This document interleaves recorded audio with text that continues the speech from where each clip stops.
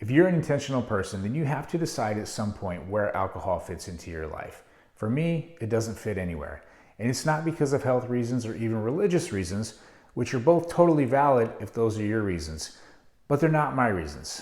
Mine, I'll tell you about in just a second. Hey, I'm Jason, and I've lived a pretty enjoyable life ever since I started living more intentionally. So my goal is to see just how far I can go with that, and also to help others think about living more intentionally as well. My reasons relate to my favorite pastime of observing people.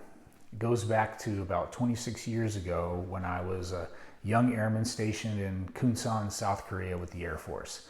Now, imagine a bunch of young people being away from home, living in dorms with no adult supervision. There were no families on this base that I was at. And so alcohol was what they did, drinking. That was the thing.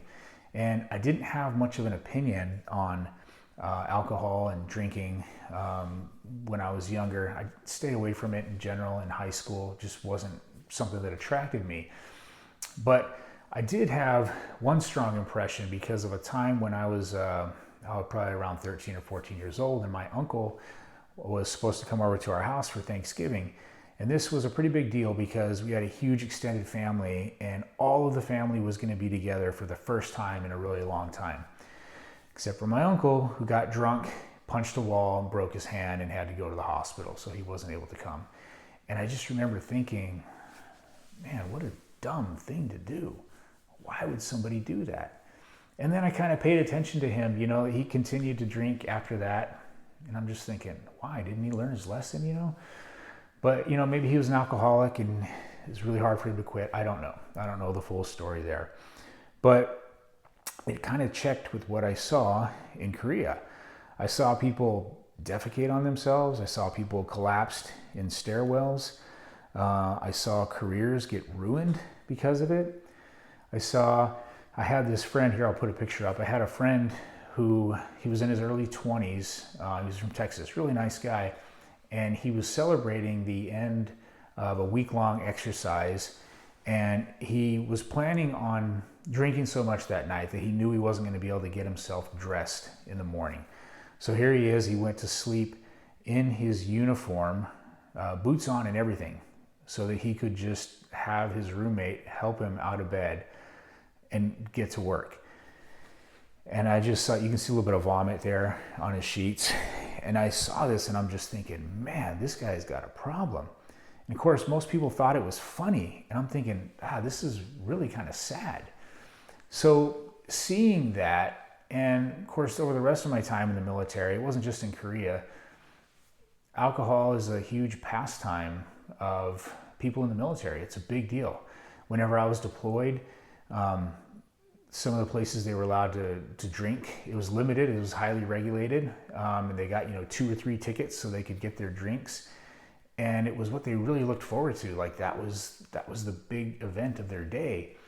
And I just remember thinking, this is kind of sad. What if our military did not have such a love affair with alcohol? Would we be a stronger fighting force? I think so. When you think of all the breakdowns in discipline that happen as a result of alcohol consumption, for example, sexual assaults, right? Like 3/4 of those reported, alcohol is a factor, right? So just not something that I think makes people better. And furthermore, when I observe people who, have accomplished great things, and I see them consuming alcohol, I'm thinking, man, there must be some other issue in their life, right? There's something else going on. They're not complete. Otherwise, they wouldn't feel the need to do this. I had a commander at Hickam Air Force Base in Hawaii.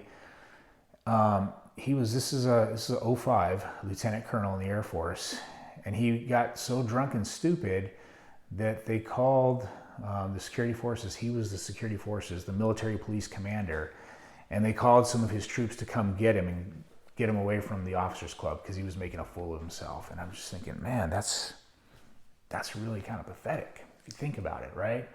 And so why would somebody want to alter their state of mind? why would they want to not be able to think clearly? What else is going on in their life that's making them want to do this, right? So I think about it, if I had something that wasn't aligned properly in my life that made me want to consume drugs or alcohol, then really the mature thing to do is to get that under control, so I don't feel the need to essentially poison my brain. And I think it's hard to argue that like alcohol, like it really is poison, right? It's essentially ethanol. Ethyl is what you use in like race cars, top fuel dragsters, right? It's literally poison to our body. That's why our brain reacts the way that it does. It's kind of hard to argue that point. If you have a comment on that, I'd love for you to leave a comment. I'd love to hear what you have to say. But I think it's hard to argue that alcohol makes people's lives, or really adds any value to people's lives. I think that would be a really difficult point to argue. I think you can see other people, what alcohol does to their life. It's not really an admirable thing. This morning I saw this sign here, beer cave at a convenience store. And I mean, just take a second and think about what kind of image does this bring up? You know, all jokes aside about, you know, man cave or whatever, but I'll tell you what I think. I think of, you know, some 40 to 50-year-old males hanging out, they're overweight, sloppily groomed, shirking their responsibilities. Okay, and that may be unfair, but that's the image that comes up in my mind. I don't think it's generally a good thing. It doesn't, a beer cave it just doesn't sound like it's adding value to people's lives. And I've talked about convenience stores before, and how convenience stores generally sell things that we don't need, like cigarettes, lottery tickets, and of course alcohol. They sell tons of alcohol. And it's interesting because you think about, generally as people get older and, you know, more mature, more responsibilities, or they just wisen up, they tend to drink less if they were big drinkers when they were younger. And of course, if somebody's an alcoholic and they quit drinking alcohol, that's something to be celebrated, right? They'll talk about their sobriety, you know, 5 years sober, and we encourage them because that's a great thing, right? But then at the same time, and my daughter noted this, at her workplace, when she turned 21, a bunch of her coworkers tried to get her to have a drink. And she was like, why do we praise people and encourage them for quitting alcohol, but then people are so quick to try to get other people to drink, right? Pretty contradictory, right? It's like we recognize it's really not good for us, but somehow it makes us feel better about ourselves if other people are going to have a drink as well, right? Because again, I don't think anybody can really say that it's good for them. Sure, it might be fun, I wouldn't know, but it's not good for you, right? The other thought I have is about people who are parents or in some way responsible for other people.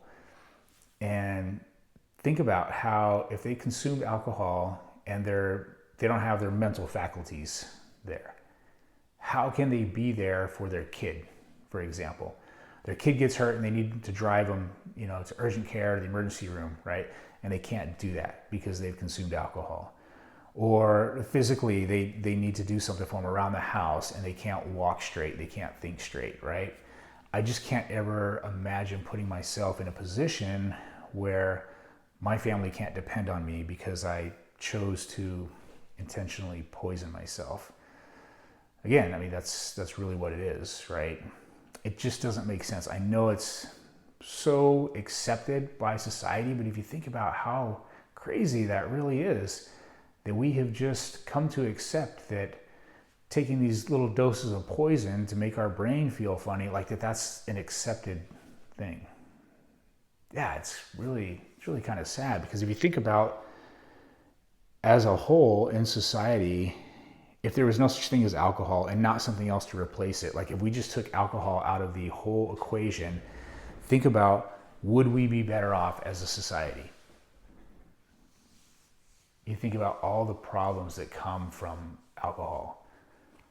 It would really be interesting to see how that would play out. I'm pretty sure we'd all be better off. Anyhow, as I said before, doing things differently than most people has generally worked out pretty well for me. I can't complain about that. So think about what you do differently from other people that has added value and happiness to your life. Because most people are not happy, and I would not consider most people to be successful either. Anyway, so hopefully you're already there. You recognize that alcohol doesn't bring any value to your life. And if not, if you were kind of on the fence, well, then hopefully this gave you another perspective, gave you something to think about. And if you have a thought on this, I'd really love to hear what you have to say. If you want to make a counter argument for what I'm saying, that alcohol doesn't add value, I'd really love to hear your thoughts. So please leave a comment, and thanks for watching.